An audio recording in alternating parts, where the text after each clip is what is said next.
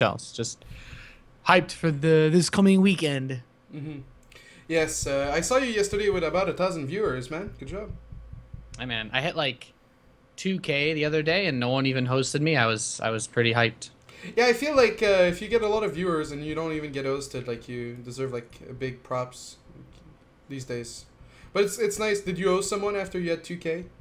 Were you Yeah, yeah. I always, always? always host when you're done streaming. There was one time I think in the last month where I didn't because I was so sad, and then I actually had to go work or do something. Like I had to actually go do something hmm while I was tilted. So I was just that was like I was Yeah, just like you sorry just guys, wanted gotta to. go. Yeah. I just got up off my desk and just went outside.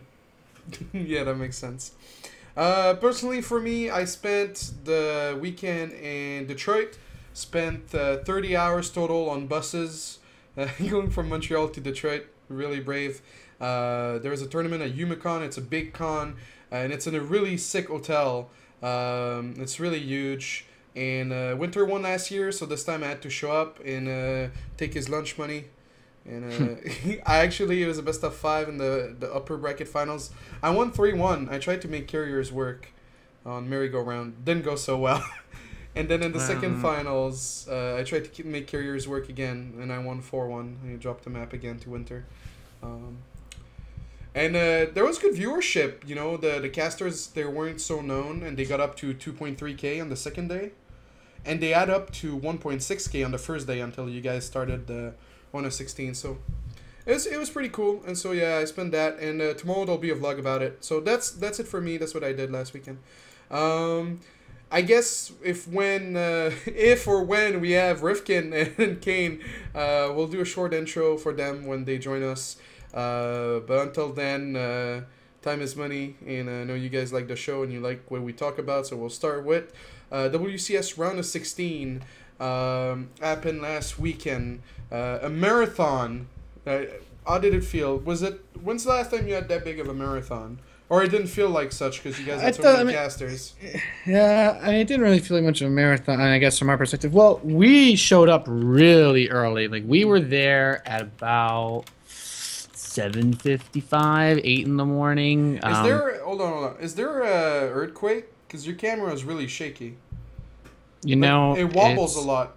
this isn't the most stable desk I've ever owned. I actually think it's more the stand that it's on my monitor that's kind of wobbly.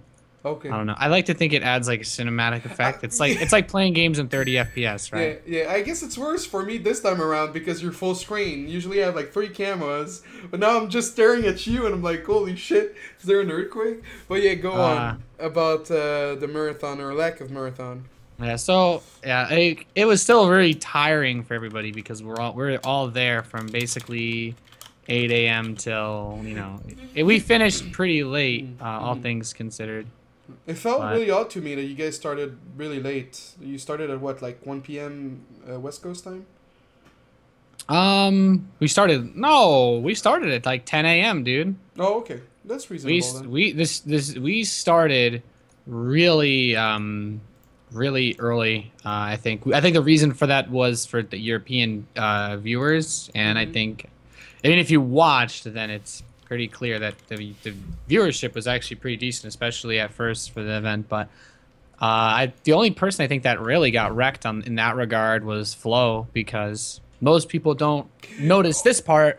But like even when we have the marathon casts at like DreamHack, where it's like okay, it's like me, Jeff, and Apollo, and we just kind of go through for 12 hours. Mm-hmm. Like usually it's Funka or Adebisi that just sits there observing all day long. Yeah, I have to stop you right there. Like, what the fuck? Todd and Funka have been in California for a week. There's just not enough budget to have them come to the studio for that day. I I mean, I don't know how exactly the discussions went for like when they got hired to Mm. do it, but basically they were supposed to be like Colaris, where their flight is in a couple days, Mm-hmm. like originally, but because Roddy and I we like being surrounded by French people. Yes. We were like, well, you guys can just come, just come chill with us, which is it seemed like a pretty good compromise because it allowed them to come out earlier to hang out, but Well, it for didn't. them, not for you guys, because Yeah, you have yeah, to yeah. live with For Todd. them. Well, I mean, it's like there's the things that we'll complain about, but he's not terrible to live with. So it was all right, I think. But yeah, that's why they weren't like technically they weren't hired to come work at that point in time yet. They weren't hired for opening weekend. But the only reason they came out this early was because we had a place for them to stay. Yeah, so. But I mean, like, if you think of it in the Flo's point of view, like, yeah, she probably gets paid more because she does like a 13-hour marathon, but then, like, she probably wasn't too satisfied with her work, like, past 10 hours, like, things get sloppy and yeah, I mean mistakes are made. Yeah, that happens to everybody. Like, I think like Apollo was telling me, and Artosis like later that night, he's like, well, it's like when you get after you do that. That Zest versus Life game on Nimbus where you're there for a solid hour, it's like it's really hard to keep yourself energized and going, which is, that's like the caster stuff that people don't normally think as much about, I guess. Yeah, for sure. So next up, about the WCS round of 16, it was I wanted to talk about it after, but we'll talk about it now. Actually, League of Legends subreddit gave us a lot of love. And did you guys notice in the studio while you were doing everything? Yeah. Someone had mentioned it to us, and then I looked at like what the viewers were during the first series of the day, and I was actually quite blown away. I think we had a lot more viewers than I expected. So that was really cool of them. I saw how like I know that they did end up removing the thread, and they were like, well, you should probably we're gonna wait until the actual tournament starts before like BlizzCon, I think is what they said, before they start giving us free publicity, circle jerk, blah blah blah, whatever. So the people that came out and supported it were really cool though. Did you guys have a crowd? Because I know last week Rotterdam said like there's not any tickets available to come watch the shows live. But then I heard some cheering. So was that just the crew? There were lots of people involved with the overall project there. And there were actually still so many people there because you have all the players that aren't playing on that day. You have all the players for the other games that are still there, and you have So what you're saying is finally we had like growth in viewership because there were Hearthstone players and WoW players watching Starcraft.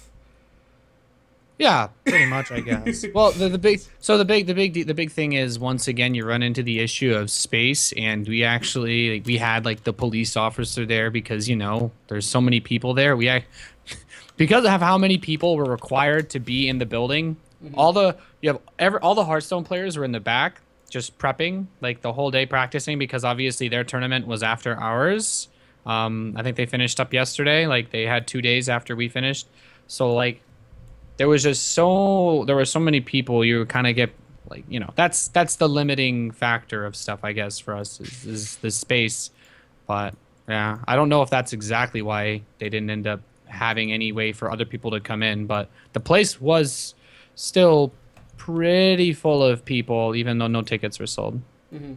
Did you get some free coaching on your Hearthstone skills while you were there? While they were there? Yeah. Yeah, man. Frodan was telling me all about how to play that game. It was great, actually. All right. He coached me to a couple of free wins. Nice. All right, what's up, Keen? How you doing? I'm good. How are you? Good. I'm scrambling. You guys are gonna have to talk. Why don't you tell us where you were up to last weekend since you missed the intro part? Okay, last weekend was BlizzCon, of course. Well, the round of 16. I mean.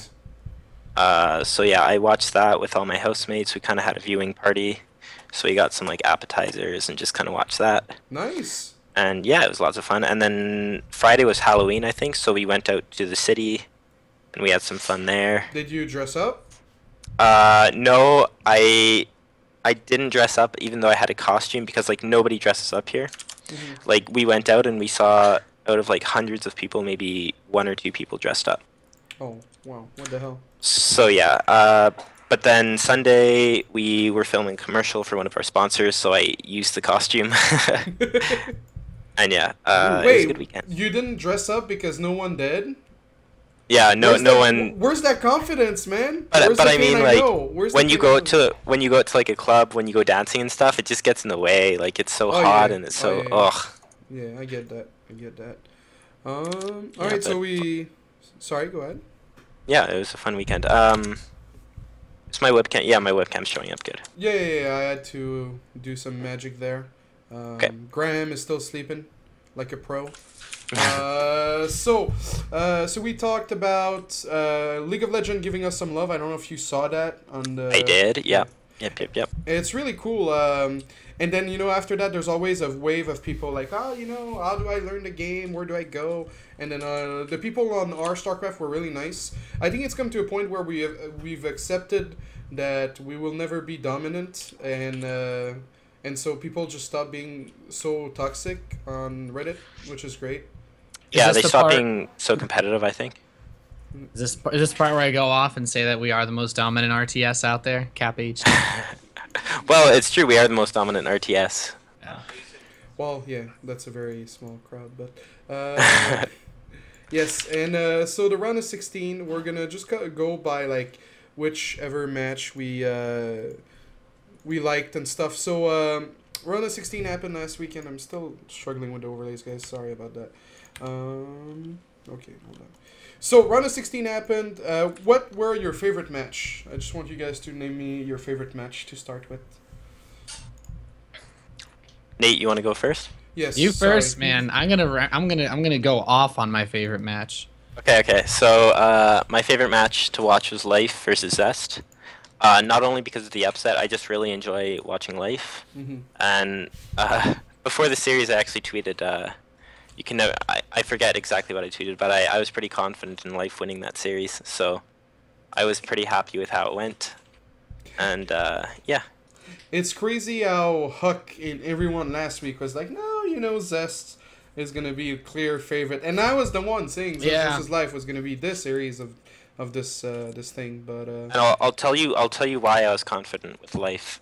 Because Zest has played so many matches recently, his style has been really put out there, and people know how he plays. Yes. In addition to that, Zest is a very heavy Phoenix player. Like in a lot of PvZs, he'll always open Phoenix, and I feel confident in saying that Life is one of the best versus Phoenix Zergs out there. So as soon as I saw that matchup, I knew kind of stylistically it would go in Life's favor, but I didn't expect it to go. Yeah, I didn't expect it to go the way it did, really. I was confident in Life, but in the back of my mind, I was kind of thinking, Life is just, or Zest is kind of the better player, so we'll see. But worked out. What about you, Nate? Which one was your favorite? As a small side note, before I go into this, I totally thought, I was like so confident that Life was going to get absolutely Tyrannosaurus Shrek'd by Zest. Myself, that was like the biggest upset to me. But my favorite match to watch overall was definitely Polt versus Classic. I mean is it the variety of like? It's the variety, man. Yes. I guess I wasn't on this show last week, but anyone that watches my stream, people like asking me, it's like, oh Nate, what do you think about BlizzCon? Who do you want? It's like, do you think like these matches will be good? I've kind of been downplaying all the TVPs because I guess I'm just a Debbie Downer when it comes to that matchup, mostly because it's so boring to watch. Everyone does the same thing every game. Maybe sometimes you try to do like a 2-base mind drop that does nothing, and then you just kind of go into this regular game where you're either pulling SCVs or in Polt's case, you're just killing the guy with like 8 drops everywhere at once. But the strategies that we saw out of both players really blew my mind. Polt's build on Overgrowth was like the I like to think of it as like you see like the whole movie, they just wait to pull out like this one, like Pacific Rim or some shit, like they just save that magic weird sword thing that could have been useful earlier on, and they just bust it out at the last possible moment to keep them all from dying. Like that's kind of the vibes that I got from that. Like it was really sick to watch him use that, but also because I think Classic abused the way that Polt plays better than any Protoss that he's faced this year. Namely, he didn't really keep a lot of High Templar with his main army because Polt is, and I would say, pretty known for not building a lot of ghosts. He's not known for his ghost control. He's not known for the big late game engagements. He picks you apart with drops. That's kind of what he does. So I think he had like 2 Templar at every base to defend against the big drop plays, and it shut them down completely. Was some of the best play I've seen against specifically Polt in a while, and he didn't need to have that many Templar with his army because Polt doesn't build ghosts, so he still got great storms off when he was actually attacking him. On top of his usage of things like the Warp Prism and, well, other crazy shit like that Colossus drop on Nimbus. Like everything out of that series was exactly what I could have asked for out of a TVP, at least in Heart of the Swarm. Especially seeing the Charge Lot Archon builds. Those were pretty sick too. So would you say that this series gave you hope for the other... Because there's bound to be a PVT with the way the round of 16 is set up. Does it give you hope for BlizzCon? Yes. Made me feel a lot better. I actually, if I had to pick a Protoss to get through, Hero has also done some really crazy shit in some of his games that I've seen him mostly as online tournaments. Like anyone that watched his Battlegrounds qualifier games know that it didn't even look like it was Hero playing. But if he does some crazy stuff, then I'll be excited. Hopefully he doesn't play too boring and then just lose to like Bomber pulling SCVs or something dumb. But I'm actually kind of a fan of Classic now if he's going to try to make those strategies work, because Protoss have pretty much, and I agree with them throughout the whole year, being sad that they can't do Templar or Charge Lot openings because of Widow Mines, and I'm kind of glad to see someone make it work, not just one game, but like three of those games. Like he went very heavy on the Charge Lot Archon, and it worked pretty well for 2 of them. We'll go back to round of 16 real quick. Just welcome everyone, RifKin, aka the piece of shit, to the show. For being, I'm kidding, I love you for being late. How are you, RifKin? What have you been up to last weekend? I think you're muted also. He is muted. He looks confused. Yes. All right, test. Yes. Hello? Yeah, there you go. There you go. Well, Sorry, I just want to say I'm really sorry for being late. I asked desRow like a good hour before this started when it was going to be, and I set my alarm and I slept through it because I'm a dummy. So That's okay. sorry, Des. So what have you been up to last weekend? I had like, I don't know, it's weird. Time doesn't pass properly when I'm not casting Starcraft, apparently. I don't know. It's weird. I did some Bro Force with Kane. Yeah. Pretty awesome stuff. What was that? Bro Force? Only the most awesome game ever. It's a sick game. Steam game. It's a really silly game on Steam, but it's really funny and ridiculous. I played with Kane and Penguin for a little bit. It was fun. I don't know. I mostly just sitting back and watching StarCraft was really nice, just in general. Not actually doing it. Yeah, it must have been a nice break for you. You've been doing so much lately with all your tournaments. So we'll get back into the round of 16, and actually it's your turn, RifKin. What was your most interesting favorite matchup this weekend for the round of 16? Oh, I'm a big old scumbag. I think I watched to about I got Taeja series, then I had to leave to do some family stuff, but Also, you watch everything before that? yeah, I watched everything up to that, but I Okay. didn't see anything after. But it was good, so I was like, okay. I got to my cousin's house and tried to explain what StarCraft is. I think we watched a little bit of Holt, but it was only like one game because they don't really know what StarCraft is, my family. But I was really glad with all the games I did see, because like even from the get-go with Jaedong versus Bomber, this was a series I think everybody thought was gonna be like a 3-0, and you're like, okay, this is not gonna be interesting. We already know the results, but bam, game 5, like we had good stuff all around. It wasn't a dull moments. I don't know, I liked it. Personally, I was in Detroit, so I only watched Zest versus Life. But now that Nathanias hyped up Pole versus Classic, I have one thing to do after this broadcast, and it's to go watch that. So we'll just go down list by list, and I'll be the one talking the least. Bomber versus Jaedong. How did it go, and was it a surprise that Jaedong made it this close, Nathanias? No, I wasn't really impressed by Jaedong's play in that match. I picked Bomber as Bomber, in my opinion, was like, if you wanted to put betting odds, I probably would have given you 5-1. Like I was that confident Bomber was gonna win. the only 2 games he lost, I don't think anybody here can really disagree that he did some really stupid builds that didn't seem to make any sense. And I'd also like to state that having casted pretty much every single game the Bombers played this year, he did not do the 2 builds he lost with, those weird all-ins. He had not done them at any point in any other match that he played in any tournament this year. So, like, those 2 games in my eyes were gimmies, and then the games where he didn't do dumb shit, he won pretty convincingly. So, yeah, What about not you? really surprised. What about you, Kane? What did you think of the games? Yeah, I mean, I wasn't particularly impressed by Jaedong's play. Like, he played pretty well, I think, but it just seems like there's a little flair missing from his play that we might have seen in the past. Yeah, like, once in a while I'll see players like Scarlet, and they have like a spark to their play. It's hard to explain, but it's just a little something special, you know? Well, fail. Go on. Sorry.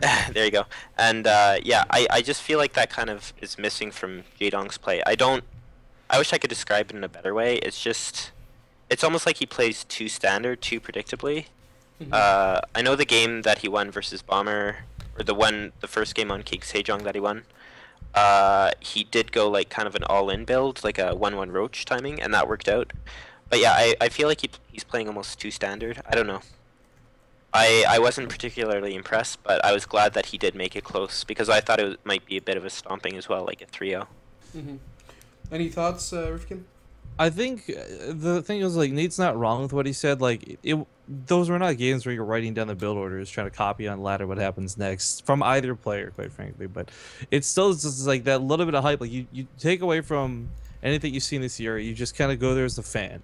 Your Jaedong is Bomber. To like the bigger names that you could love to see go at it. If you came into that, like I think I did, expecting a 3-0, even though maybe it wasn't the most like mechanically sound 3-2 at the end of the day, it was really exciting that it did go back and forth. And I do like that that seemed to be the case where like it wasn't just so boring that you're like, okay, every single match, again, I didn't get to see every single match, but everyone's like, every match that I did see, none of them were like, okay, this went exactly according to plan, check that, check this. Like they mix it up a little bit, whether it's stupid, good, bad, whatever. The point was, like, as a fan, it was a lot easier to watch, and I think a lot easier to enjoy. Yes. Well, I didn't see the game, so I'll take your word for it. No worries. But to be fair, like, I think every result up to that, in general, were pretty expected. But we'll get back to that later. That was a very broad statement. Stardust versus MMA. I'm like the biggest hater of any Korean product that doesn't live in Korea. So I was like, this is gonna happen. You know, MMA is just gonna, you know, squat down and just, you know, open the valve on Stardust. And 3-1, you know, Nathanias, the games really... Were the games really one-sided as the score showed? I wasn't particularly inspired by any of them. I don't know. Like, there's nothing that really stands out enough for me to recall immediately to bring up. But I will say, a lot of us got the feeling, like, right before the match started, we all, a couple of us, like, I was with Sean and Roddy, and I was like, you know, MMA's probably just going to completely wreck this because... And my thought process was that, like, this was the TVP that I was kind of afraid of seeing. Like, it wasn't super gnarly. Like, maybe we're gonna get some aggressive play, but overall, it was gonna, most of the games are gonna kind of end in a similar way, and that's pretty much what happened. I mean, I kind of like MMA's form. He's had better results this year that kind of speak for themselves. I think, just to add on top of this, a lot of players come to me regularly asking for like replays and stuff, and I'll tell them most of the time, like, you sub to the channel, you know, get replay packs, whatever. But I know MMA very specifically came to me asking for Stardust replays, and I told him I didn't have any because I haven't actually cast Stardust in probably good like half a year at this point.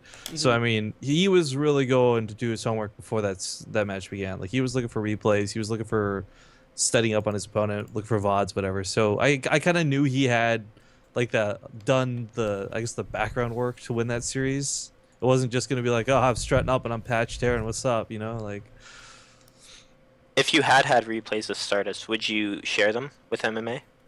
Not unless they came out of a replay pack. There's a lot of Yeah. tournaments we cast, like for example the Alima League, where they ask us, DreamHack too, don't share our replays. We want to do it, or we'll do it in our way. So I tend not to compromise that because I'd like to continue casting those tournaments. Right, yeah. And I feel like it's almost like an invasion of privacy of the player as well. Like they're, I don't want to say they're kind enough, but they're trusting you while you're in that game to kind of respect their play and respect the replays that you gain from them. So, yeah. Does the Holy Moly League, if you're a Patreon supporter, do they hook you up? Yeah, so if you're a Patreon supporter at a certain tier, it's a really cheap tier too. You'll get the replays from that. But How much is it?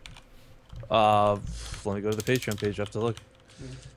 I But wish- I know that, for example, I asked, can we share this with subs? Because that's what we do, basically. It's what we're pretty well known for. And I was told, no, I'd appreciate it if you didn't. Mhm. It took me convincing her to finally start giving out the replays before they considered doing that. Oh, really? Yeah. I don't know if they finally start having more quality Protosses in the Holy Moly League, then I might do it. I might Patreon it's a- support. Yeah, it's at the $15 tier that you get replay packs. Damn. So it's not exactly super cheap, but again, a lot of these players, they don't want their replays shared hardcore anyways. Like, Wait, so it's like $15. So it's like $60 a month, right?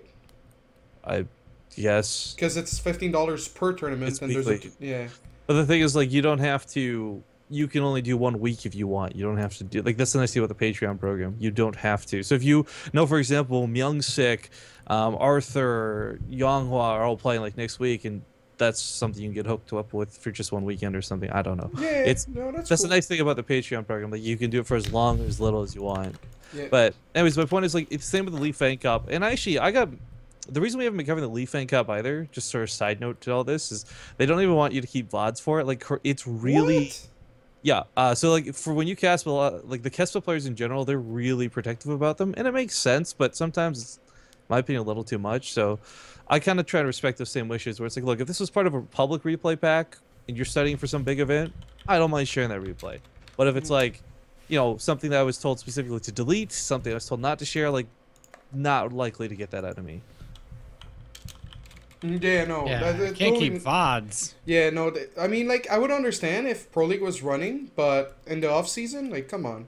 It's Edison's a very nice guy. He's very reasonable. He's working with very tough restrictions, I think, from KESPA side of things for their players being involved the way they are. So when he told me that we couldn't keep VODs, I was like, all right, man, you know what? Good luck. I appreciate Rifkin, uh, letting us cast. I got a sick plan. You tell him you'll cast and that you won't keep VODs, and some guy will just happen to have Fraps open, and he'll just happen to upload them to a channel called Not Base Trade TV, so that people could maybe look at. Yeah, no, I mean, again, I've had weird requests and constraints for casting things, and it's just go with the flow, whatever. It's not my thing. So to get back on topic, MC Hero 3-2. I'm the only Protoss didn't watch the games. Nathanias, can you sum it up for us? MC Hero was, man. This is like, in my opinion, it's like gonna be a classic case of the Korean the Korean that plays in Korea actually just stomps the Korean that doesn't. And I want to say I was wrong. MC put up really good games, and I dare I say I thought there was a chance that it could have like really gone all the way. The Catalina game was like so well played by MC, because he basically got his ass kicked the entire game long, and then like started to take a couple good fights here and there, and it was good. That was just some good clean PvP. I'm not good enough at PvP to go into the analytical side very well, but for me it was a very enjoyable, awesome series to cast. Like for my first series I casted that day, like I was really happy I had that. Yeah. As literally the biggest MC hater, I'm glad you made a show of it. So How I'm can glad you hate keep your own your race? bias out of it. Yeah. because MC doesn't play Protoss, man. He plays his own race, and he's like, it's like, those people that do martial arts drunk. That's MC in a nutshell. Like, he's one of his kind, and so it's fucking worthless to watch him if you're trying to learn. I mean, that's kind of the same with life, but he still wins shit, and he's still really good. But the thing with life is, it's like, there's potential, with MC, it's like, you know. What do you mean there's potential? Yeah, but with MC, it's like if I all in once and it fails, all in again. With life, it's like, well, I've got talent and I can back it up. So that's how I feel. I'm biased. All right, so Pulp Classic. Nathanias covered it earlier, but I wanted to show some really cool GIFs with you guys because I'm a decent host and I came prepared a little bit better. So this little clip you guys can see on the stream. I don't know if I can. Yeah, okay, it seems pretty big enough. So this is a GIF from an Oracle of Classic, and one thing I want you guys to notice, it'll be delayed if you guys are trying to watch it on stream, but when the GIF starts, he picks off an SCV from the middle line, and like I can guarantee you 95% of the Produces would go for the SCV building the factory right away, but he fucking goes around in circles because he knows he'll be able to get it later. And he wants to maximize his efficiency. It's pretty insane how good Classic actually played that series. What? Why are you nodding no? Oh god, shit like that gives me nightmares. This is Terran, desRow. Yeah, man. That's you know what? As a Terran, as someone who's played Protoss and Oracle cheesed many Terrans, I can say I understand that it's very difficult. But man, when you play versus somebody that's that good with Oracles, like you truly feel helpless. Like you are like. It's hard to describe, but you're basically sitting there at your keyboard being like, please God, do not keep microing your Oracle like this, or like just lose it because I can't keep up with this shit. Yeah, but I don't think you understand that. It was really great. It was like sick control. It was sick play from him. Yeah. I'm just saying, like just like from a Terran perspective, man, like he's too good at microing Oracles. No, but like but like if we had to use an analogy, it's like. Classic was like a heart surgeon, and the rest of Produces are like plastic surgery people that get sued all the time. No, there are some other people who are really good at Oracle control, but I'll give it to you. Like that was an instance where it was pretty scary. Like that's an instance where you show people, hey, this is why you should play Protoss, you know? Yes. And another gift from that series, which is pretty cool. You know, people get excited about seeing Starcraft. It doesn't happen too often. So we had the Winnow Mine. That value kills 4 Archons. Yeah. Is it because Archons are fat, or? That was disgusting, man. I mean, I understand they don't have a lot of shields. They had no health. Like, man, like, you know, that's what sometimes that happens when you're running away and shit gets you. I don't know.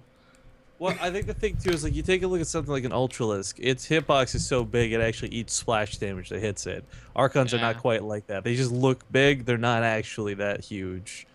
That's despite true. how clumsy they may be. Yes. Yeah, no, that go. Maybe I can aspire to be like that. After watching that Oracle, I needed a little bit of this gift, desRow. Yes. You play random. Why are you so biased against Protoss, man? Anytime just something dies in a disgusting, explosive manner, man. Doesn't matter what the race is. You know, it's like, are the mines bad, or is this the part where, as the Terran, I make the Baneling comment and say he should have split his Archons at the last possible second, Kappa? Wow. So that was like up RifKin's alley. Like, I'm surprised RifKin didn't mention that one.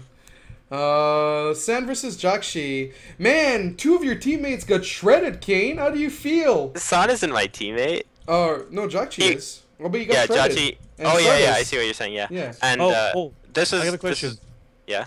Before you answer this, I need to know, because I know you MYI guys like get together and huddle around the TV. Were you guys doing that for this? Like, did absolutely. You have the whole team, like when Stardust and Jjakji played, like the whole team was there. Like even people that didn't really play Starcraft but are still involved with the team, they came and we watched.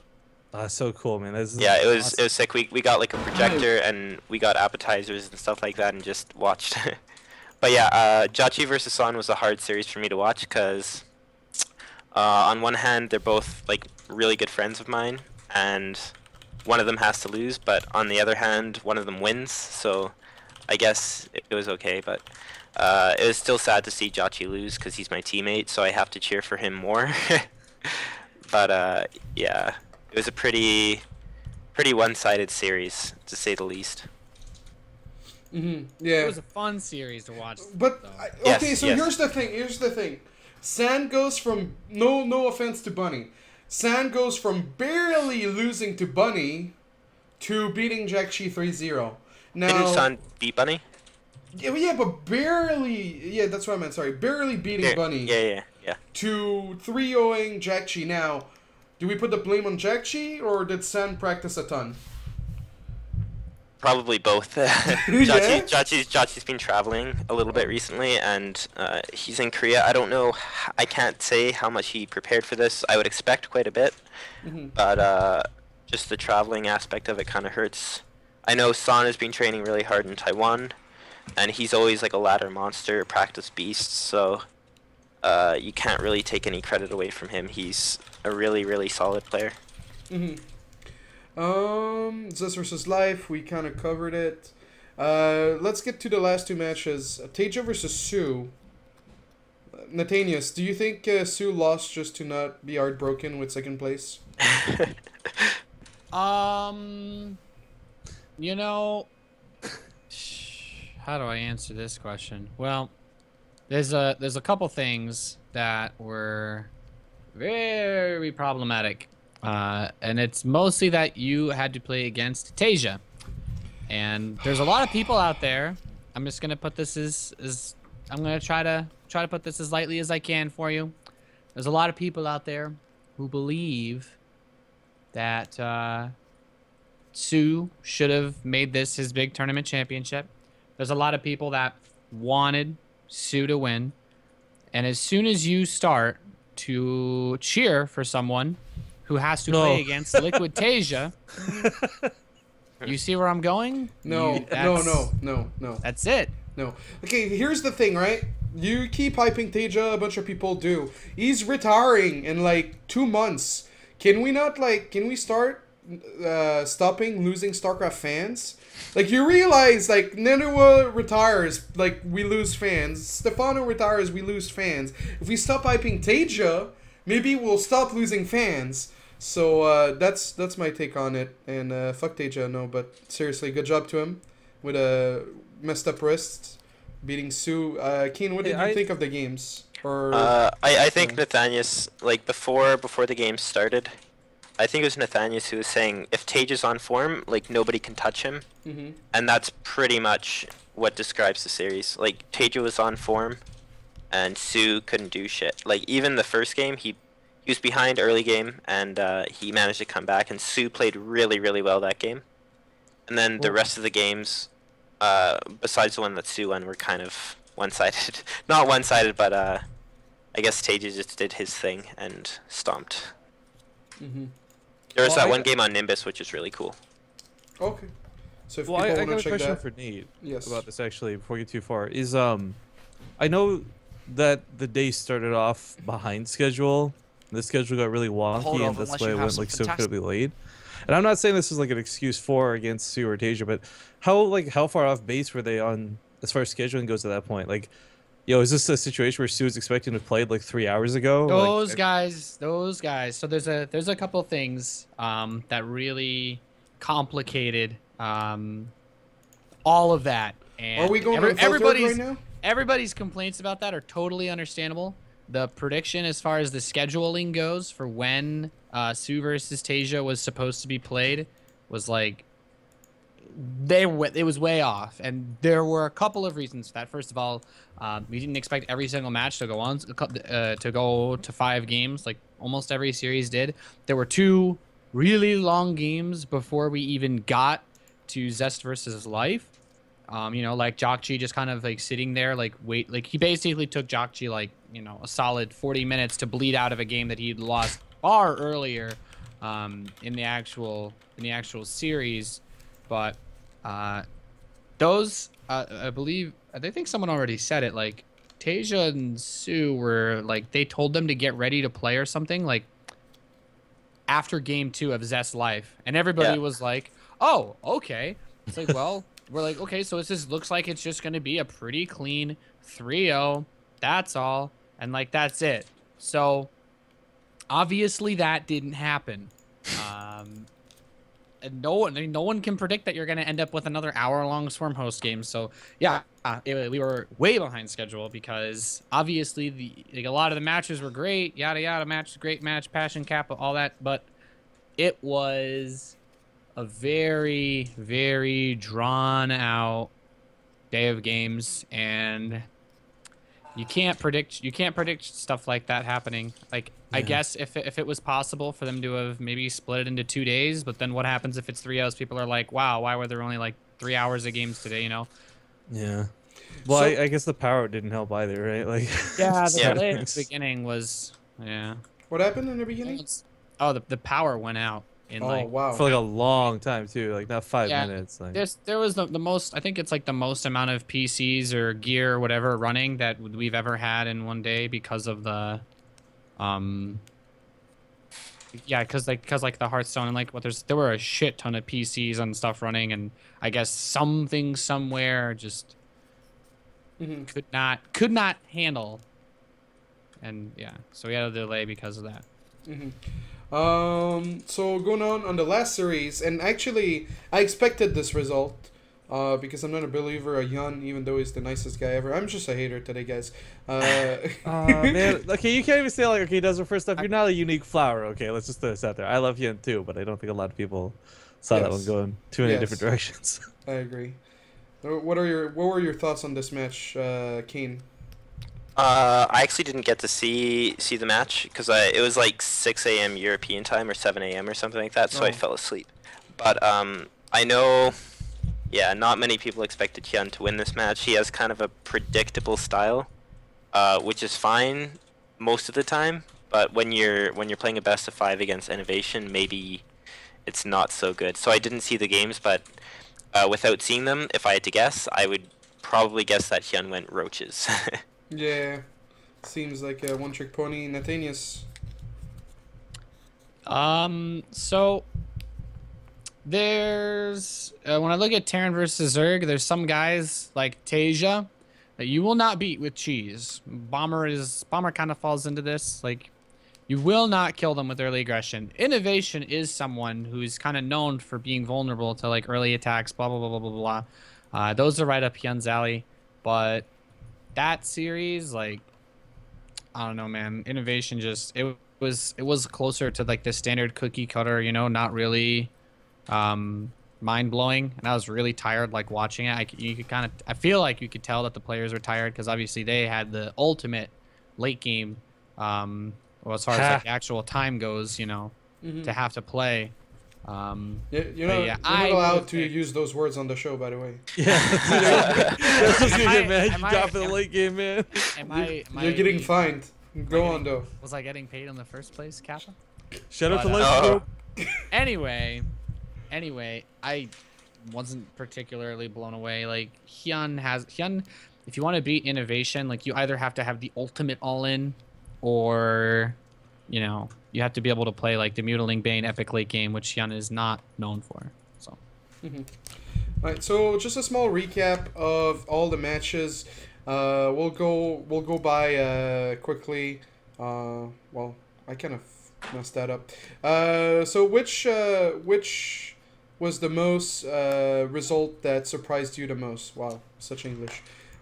Kane, Jump, that's what you made it through that sentence, man. Kane, which result surprised you the most? Probably Taeja's Sue. I didn't expect Taeja to 3-1 Sue. Mhm. If anything, I expected a 3-2 from Sue, or a 3-1. But yeah, I didn't expect Taeja to take that series. What about you, Nathanias? every Terran match, I was so convinced after. There's like a one answer question, man. You're not allowed. Well, I know. I spent a lot of time reading Reddit and Team Liquid, and it seemed like there was no way a Terran was going to lose a game in this tournament, so it really blew they're my OP. mind. They're OP. As far as actual surprises, there's no way that some guy like put in like the Team Liquid live report there or something after I said it on stream, but I stand by my pick that there's absolutely no way if I had to pick any of these matches and like tried to be like edgy about them, there's still no way I would have picked Zest to lose to life. No, not in if they played again, I would still put money on Zest to win. I was very surprised by the results of that match. Okay. Nope. What about you, RifKin? I don't know. I mean, they all did kind of come out as expected. I think the thing I got surprised most by was kind of what Nate mentioned earlier, like the fact that there were so many 3-2s, the fact that there's so many ace matches. I mean, that's a good thing too, but I was shocked Because usually when you got these Koreans going against Koreans, it's a pretty one-sided set. It's not usually so back and forth. Mm-hmm. Well, personally for me, I predicted Zest and Life to be a really sick match. So I wasn't surprised like everyone else. But I would say like San 3-0ing Jjakji or MC making a run for his money versus Hero. Those were my upsets. Yeah, the MC Hero one was pretty surprising for me as well. Definitely didn't expect that. So we'll go on with a new 1 or 2 item news. And then we'll take a small break, and then we'll talk about the WCS changes when we get back from that break. But, so I'm not a Blizzard shill, I promise, but I was told that they changed their Twitter background, which, their Twitter background nonetheless, it's like the most relevant item news I could find, because that's how active Starcraft is. No, but seriously, so they changed their background image. They've posted SoundClouds of like units. That was very loud. They posted SoundCloud's clip of units, which at first sounded like a mortar or something, like a projectile that comes from far. But then the second one sounds like the Warhound. So, I mean, like, if they don't come with Legacy of the Void now, I think it's really time to start the torches and get the pitchforks. But, Nathanias, I saw you tweet about the Warhound. What are your thoughts? That smirk.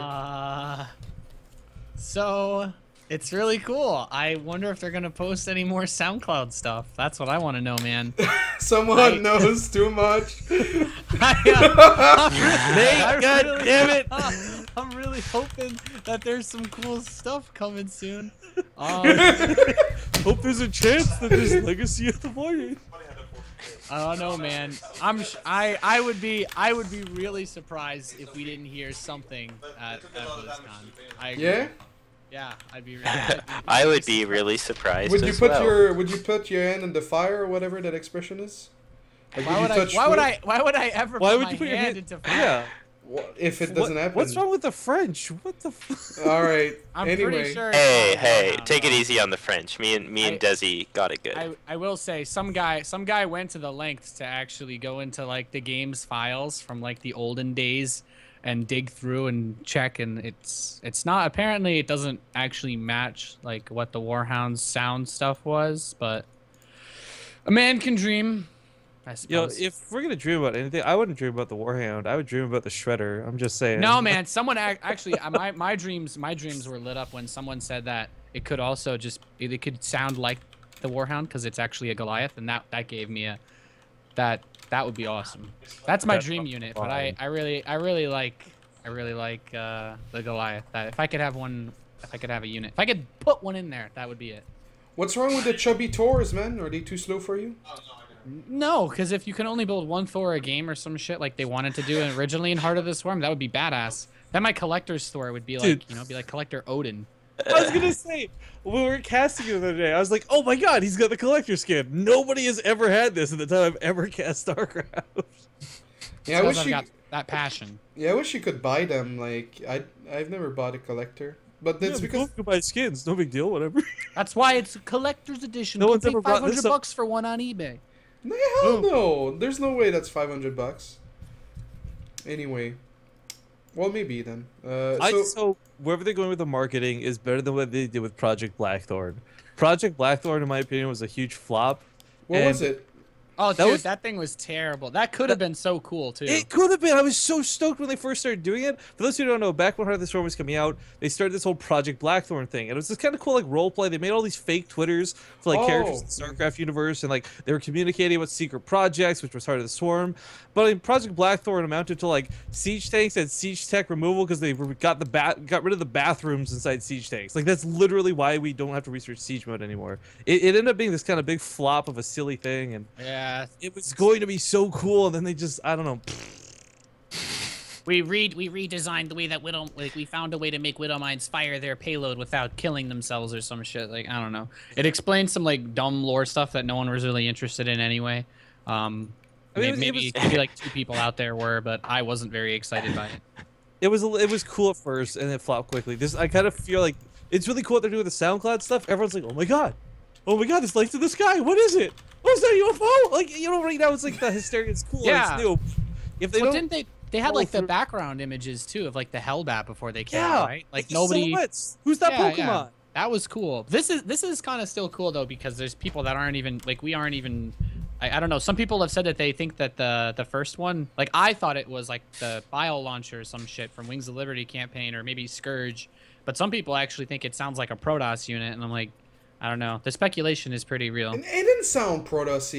It sounded Somebody had Spore someone told crawler. me. Some people were saying shit like Reaver or whatever. I don't know, man. Maybe I don't know my sounds too well, but It sounded like a huge missile being launched from like a siege unit for Zerg, but then that mean they'd get rid of the Swarmos, which everyone would celebrate and buy champagne. No. No? We love I like Stormhost. Stormhost. We No, love Stormhost. that's because I you're like fucking Swarmhost. crazy, man. Swarmhost Everybody- comes out, viewer numbers go up. I love Swarmhost. I'm just Yes, saying. yes. That's the thing. Everybody says, "Oh, Swarm hosts are so boring to watch and shit." But when you have a stream and you're streaming or whatever, and you play a long Swarm host game, I guarantee you your viewer numbers will go up. I tested this the past 2 days of streaming. Like every ZVT and ZVP, I only played Swarm hosts, and my viewer numbers were like higher than they've been in a long time. people get So- invested into the games because the games go on long. Yeah. But I don't think No, that, I don't think No, love it's it. true. It's true. People love it. No. I think you guys are wrong. I think people really find it entertaining. They just want to join the circle jerk and be cool with their friends and be like, "Yeah, Swarm hosts are boring." I will don my tinfoil hat with Kane here, but at the same time, it is also kind of the hate too, where it's like, man, I can't wait for this guy to play a 40-minute game and watch him lose. This dumbass went Swarmhost. I don't know. When I do carriers, I get more viewers too. But I don't See? like those units. I don't like the. I think there should be ways to have long, interesting games without having 30 Ravens versus 30 Swarm hosts, and can See- you abduct two guys into each other? But see, those You are like sound the- exactly like one of those Reddit users, and then they're the ones No, who tune I'm into just. my stream. I just don't like. You it. do. Deep in your heart, you fucking love it, and you know Hey, it. Kane, okay, I love Swarmhost. I've told you this, but I still think my favorite games of StarCraft 2 are like the 50-minute TVZs on Deadwing that have no Swarmhost. That's like 40 minutes straight of just trading out through the middle of the map. Like, I wish there was more of that, because it feels like there's so much parts of StarCraft 2 that just become stale and passive, and then Deathball and You know it's not like that? Swarmos. Swarm hosts. What? Dude, gotta get those 2-base Swarmhosts on. All right, guys. So that was the first part of Remax. When we get back, we're gonna talk about the WCS 2015 changes. We're gonna, if you want to get your pitchforks, you can start now. What's so funny? You know what makes it easy to Remax? Swarmhosts. You know why you don't need to remax? Swarm hosts. Swarmhosts. Free units. You never make another unit in your life. You guys. I don't even. All right. In 3 minutes, we'll be back. Thank you for the terrible jokes and watching. See you soon.